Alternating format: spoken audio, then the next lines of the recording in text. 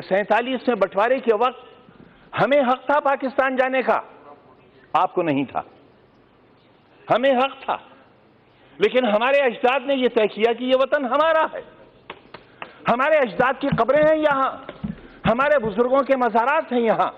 जामा मस्जिद है दिल्ली की, ताजमहल है, किले हैं, हमारे बुजुर्गों की यादें हैं, और यही आज धरोहर है हमारे भारत की। वही लोग गद्दार हो गए, उन्हीं का नाम लेकर सड़कों पर मारा जाने लगा। हम अपनी मर्जी से रुके थे, हमें किसी ने जबरदस्ती नहीं रोका था। जो अपनी मर्जी से रुके उनके लिए आज ही सदन में यह कहा गया कि जो वंदे मातरम नहीं कहेगा उसे भारत में रहने का अधिकार नहीं होगा। बहस वंदे मातरम की नहीं है। मेरी बात तो सुन लें आप, मेरी बात सुन लें, हो सकता है आपको शर्मिंदगी हो। बात वंदे मातरम की नहीं है मान्यवर। अगर कानून की बात करूं तो सुप्रीम कोर्ट कहता है कि वंदे मातरम के लिए मजबूर नहीं किया जा सकता, सबसे बड़ी अदालत वो भी है। लेकिन अगर आपने इतिहास पढ़ा हो, रेशमी रुमाल तहरीक, हिंदुस्तान को आजाद कराने के लिए कितने उलमा ने फांसी के तख्ते चूमे थे, कितने लोग मारे गए थे। देश में न जाने कितनी मिट्टी की पहाड़ियां वो हैं जिनमें हमारी लाशें आज भी सड़ गई होंगी, लेकिन उनमें दफन है।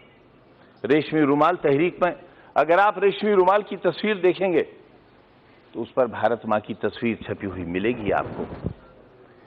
ये रिश्ते कब थे? ये 1942 में जब हिंदू और मुसलमान ने एक बर्तन में खाना खाया था, तब अंग्रेज को लगा था कि वो अब हिंदुस्तान में राज नहीं कर सकेगा, और 1942 से ही उसने अपना बिस्तर बांधना शुरू कर दिया था, और 1947 में हिंदुस्तान आजाद हो गया था। हम आज भी एक ही मोहल्ले में रहते हैं, एक घर में बैठते हैं, हमें किसी को एक दूसरे से डर नहीं लगता। लेकिन जब हम चुनी हुई संस्थाओं में आते हैं, जब वोट जैसी चीज हमारा मुकद्दर बनने वाली होती है, तब इंसानियत के सारे रिश्ते हमारे टूट जाते हैं मान्यवर।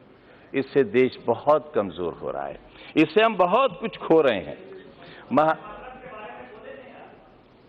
आप मुझे मजबूर तो नहीं करेंगे? मैं आपसे ये कब कह रहा हूं कलमा पढ़िए आप? मैंने आपसे कब कहा? मैंने आपसे कब कहा कि कुरान की आयतें पढ़ी जाएं? यहां ये लोकतंत्र का मंदिर है, ये संविधान का मंदिर है।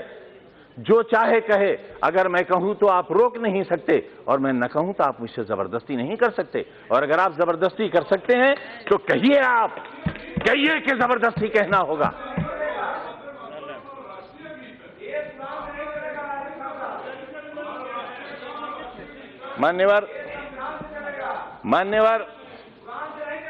मान्यवर संविधान से चलेगा, यही तो हम भी चाहते हैं, यही हम चाहते हैं।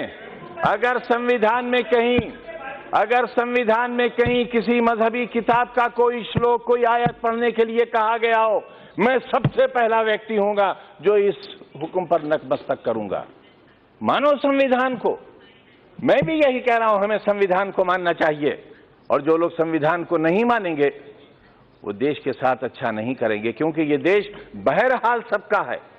पूरा जिस्म हाथों से बना हुआ नहीं है, पूरा जिस्म पैरों से बना हुआ नहीं है। शरीर का एक हिस्सा खत्म कर दिया जाए, इंसान इंसान नहीं रह जाएगा। हिंदुस्तान एक बेहतरीन इंसान है, इसे बेहतरीन इंसान बना रहने दिया जाना चाहिए। ये कहना चाहता हूं मान्यवर।